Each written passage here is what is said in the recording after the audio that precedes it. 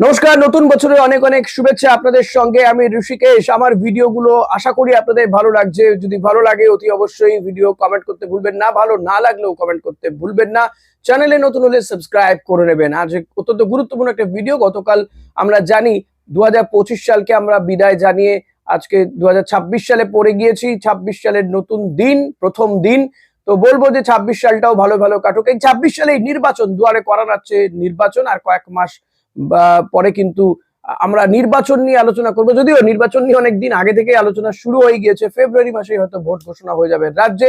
তো তার আগে কিন্তু চর্চা চাপানো তো চলছেই। রাজ্যে ডেলি প্যাসেঞ্জারি করা শুরু করে দিয়েছেন অমিত শাহ, নরেন্দ্র মোদীরা। অমিত শাহ এই সবে এসে গেলেন। তিনি গতকাল তিনি মিটিং করে গেলেন। গত 3 দিন ধরে তিনি ছিলেন কলকাতাতে। একাধিক ভোকাল টনিক তিনি দিয়ে গিয়েছেন। এদিকে অভিষেক বন্দ্যোপাধ্যায় তিনিও কিন্তু কোমর বেঁধে নেমে পড়েছেন। মমতা বন্দ্যোপাধ্যায় তিনিও জেলায় জেলায় যাচ্ছেন, প্রচার করছেন, প্রশাসনিক সভা করছেন। এর মধ্যে একটা টুক করে একটা বদল হয়ে গেছে, মুখ্য সচিব বদল হয়ে গেল। প্রথম বাঙালি মহিলা মুখ্য সচিব পেলাম আমরা, নন্দিনী চক্রবর্তী। তিনি হলেন মুখ্য সচিব। বছরের শেষ দিনে এমন একটা ঘোষণা এলো যেটা খুবই ভালো, এবং বাঙালি একজন মহিলা মুখ্য সচিব, বাঙালি একজন মহিলা মুখ্যমন্ত্রী রাজ্যে, এটা নিঃসন্দেহে এর থেকে ভালো আর কিছু হতে পারে না। আমি বলবো এবার তো পুলিশ কমিশনারও একজন বাঙালি হোক, এটাই আশা রাখবো, এবং সেটা যদি মহিলাও হয় সেটাও কম কি। আপনারা কি মনে করেন অতি অবশ্যই কমেন্ট করে জানাবেন। তো নন্দিনী চক্রবর্তী তিনি মনোজ পান্তের জায়গায় এলেন। নন্দিনী চক্রবর্তীকেও অনেক অনেক শুভেচ্ছা জানাবো। তো যেটা বলছিলাম, আবারও ব্যাক টু প্যাভিলিয়ন পলিটিক্সে ফেরা যাক। অমিত শাহ তিনি কিন্তু গতকালের যে বৈঠক করেছেন সেখানে দিলীপ ঘোষকে ডাকা হয়েছিল। দিলীপ ঘোষ অনেকদিন পরে, প্রায় 8 মাস পরে দিলীপ ঘোষ ফিরলেন দলের মিটিং এ। তাকে ডাকা হলো, যদিও তার আগে যেদিন প্রেস কনফারেন্স হলো সেদিনকে ডাকা হয়নি। তার আগে যে বৈঠক হলো সেখানে কোনো বৈঠকে ডাকা হয়নি দিলীপ ঘোষকে। তো মনে করা হচ্ছিল যে এবারও হয়তো তিনি ব্রাত্য থাকবেন না। অ্যাটলাস তাকে ডাকা হয়েছিল, দিলীপ ঘোষকে হয়তো গুরু দায়িত্ব দেওয়া হতে পারে। এর মধ্যে অমিত শাহ বলে গিয়েছেন যে কলকাতা থেকে তারা কোনোদিন কোনো আসন পাননি। তো কলকাতার 28টার মধ্যে 20টা আসন তাদের টার্গেট। তারা চাইছেন যে 2/3 আসনে জয়লাভ করে ক্ষমতায় আসবে। অমিত শাহ বলছেন দিল মে লিখলো ইসবার বিজেপি সরকার, মানে বিজেপি সরকারই আসছে। তিনি এমনটাই বলে যাচ্ছেন যে আপনি হৃদয়ে লিখে নিতে পারেন।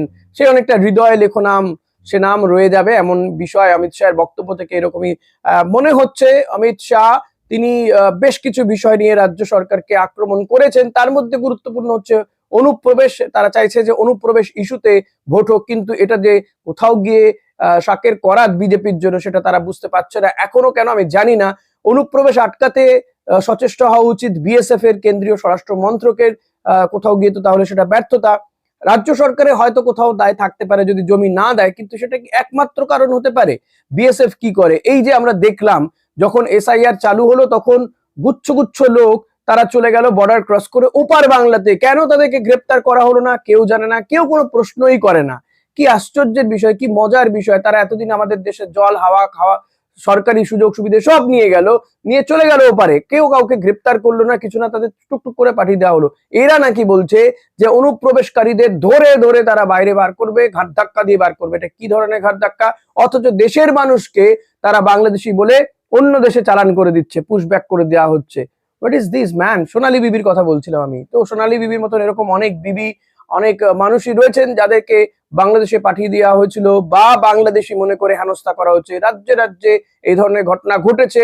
তবে এ নিয়ে বিজেপি অবশ্য খুব বেশি কিছু বলতে চান না। তারা আবার বলবে তামিলনাড়ুতে হয়েছে, অন্যান্য রাজ্যের কথা বললে তারা তামিলনাড়ুতে চলে যান।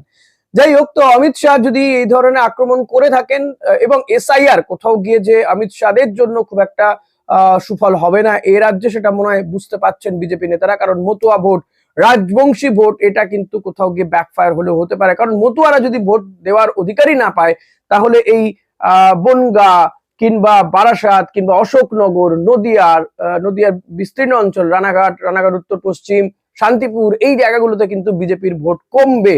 আবার উত্তরবঙ্গের রাজবংশী ভোট একটা ফ্যাক্টর। তারা যদি ভোট দিতে না পারে, অনন্ত মহারাজ ইতিমধ্যেই হুঙ্কার দিয়ে রেখেছেন। তিনি বলছেন দেশে প্রধানমন্ত্রী, স্বরাষ্ট্রমন্ত্রী, রাষ্ট্রপতি, রাজ্যপাল তারা সবাই বাংলাদেশি, সবাই পাকিস্তানি, কাকে কাগজ দেখাবো। ফলে বুঝতে পারছেন অনন্ত মহারাজ বড় ফ্যাক্টর হয়ে যেতে পারেন বিজেপির জন্য, কাল হতে পারেন। এরই মধ্যে বছরের শেষ দিন নির্বাচন কমিশনের উপর চাপ বজায় রাখলো তৃণমূল কংগ্রেস। অভিষেক বন্দ্যোপাধ্যায় তিনি গিয়ে কথা বলেছেন দিল্লিতে, একেবারে সদর দপ্তরে চলে যান, জ্ঞানেশ কুমারের সঙ্গে কথা বলেন, সেখানে নাকি বিরাট একটা টাসেল হয়েছে, অভিষেক বন্দ্যোপাধ্যায় যেমনটা প্রেস কনফারেন্স করে জানিয়েছেন। এবং অভিষেক বন্দ্যোপাধ্যায়কে নাকি আঙুল তুলে কথা বলেছেন জ্ঞানেশ কুমার। অভিষেক বলেছেন তিনি নির্বাচিত, জ্ঞানেশ কুমার মনোনীত, তো প্লিজ আঙুলটা নামিয়ে কথা বলবেন। কেন আপনারা নানান ইস্যুতে তারা যে বলছেন যে বিএলএ 2 কে ঢুকতে দেবে না, কেন ঢুকতে দেওয়া হবে না সেটা নিয়ে প্রশ্ন তুলেছেন। যদি যদি এনুমারেশন ফর্ম বিলি থেকে শুরু করে বিভিন্ন কাজে বিএলএরা যুক্ত থাকতে পারে, বিএলএ 2 যুক্ত থাকতে পারে, তাহলে শুনানি পর্বে কেন ঢুকতে দেওয়া হবে না, এটা নাকি বলেছেন অভিষেক বন্দ্যোপাধ্যায়।